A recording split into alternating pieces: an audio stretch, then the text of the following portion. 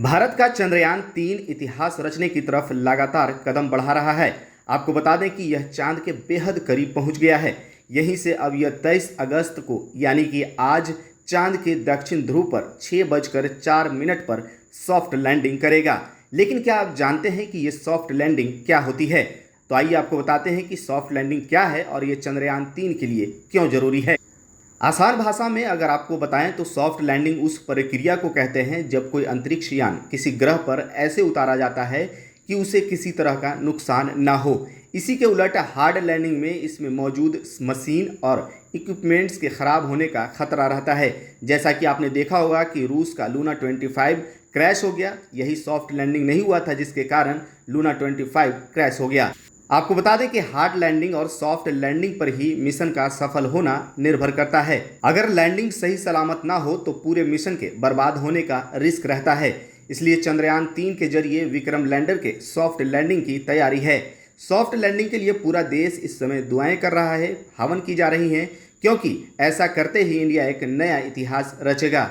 वहीं एक इंटरव्यू में इसरो के पूर्व वैज्ञानिक विनोद कुमार श्रीवास्तव ने कहा था कि सॉफ्ट लैंडिंग का सबसे बड़ा उदाहरण है पैराशूट से कूदता हुआ आदमी। जब विमान से कोई इंसान कूदता है तो पैराशूट उसके वजन और गुरुत्वाकर्षण के असर को कम करता है, इसलिए उसे चोट नहीं पहुंचती है।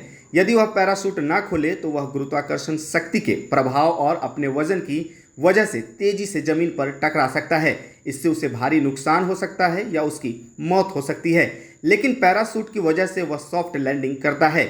लेकिन अंतरिक्ष यान की लैंडिंग पैराशूट की मदद से विमान से कूदे व्यक्ति की लैंडिंग से थोड़ी अलग होती है, क्योंकि यह लैंडिंग धरती के गुरुत्वाकर्षण बल के आधार पर होती है। लेकिन चंद्रमा की स्थिति अलग है और यहाँ धरती की तुलना में गुरुत्वाकर्षण बल बेहद कम है। चांद पर गुरुत्वाकर्षण शक्ति धरती की अपेक्षा 1/6 कम है, यानी वहाँ गिरने की गति बढ़ जाएगी। वहाँ वायुमंडल नहीं है, इसलिए घर्षण से गति कम करने की कवायद भी कर सकते हैं। यानी ना तो पैराशूट का आप उपयोग कर सकते हैं और ना ही प्लेन की तरह लैंडिंग करा सकते हैं। आइए अब आपको बताते हैं कि चंद्रयान-3 की सॉफ्ट लैंडिंग क्यों जरूरी है।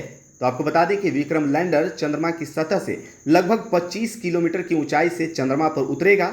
सॉफ्ट लैंडिंग की इसमें काफ़ी अहम भूमिका है, क्योंकि इसमें रफ और फाइन ब्रेकिंग सहित कई जटिल श्रृंखला शामिल होती हैं। सॉफ्ट लैंडिंग के लिए चंद्रयान-3 के नीचे लगे 5 इंजन को ऑन किया जाएगा। जो इंजन अभी तक विक्रम लैंडर को आगे बढ़ाने का काम कर रहे थे, वही इंजन विपरीत दिशा में दबाव बनाकर विक्रम की गति को कम करके लैंडिंग से कुछ समय पहले लैंडर की गति को 0 कर देंगे, जिसकी मदद से विक्रम लैंडर आराम से चंदा मामा की सतह पर उतरेगा।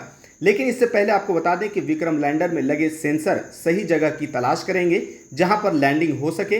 लैंडर विक्रम चांद की सतह पर 14 दिनों तक खोज करेगा। हालांकि इस बार इसरो पूरी तरह से आश्वस्त है कि चंद्रयान-3 की सॉफ्ट लैंडिंग हो जाएगी।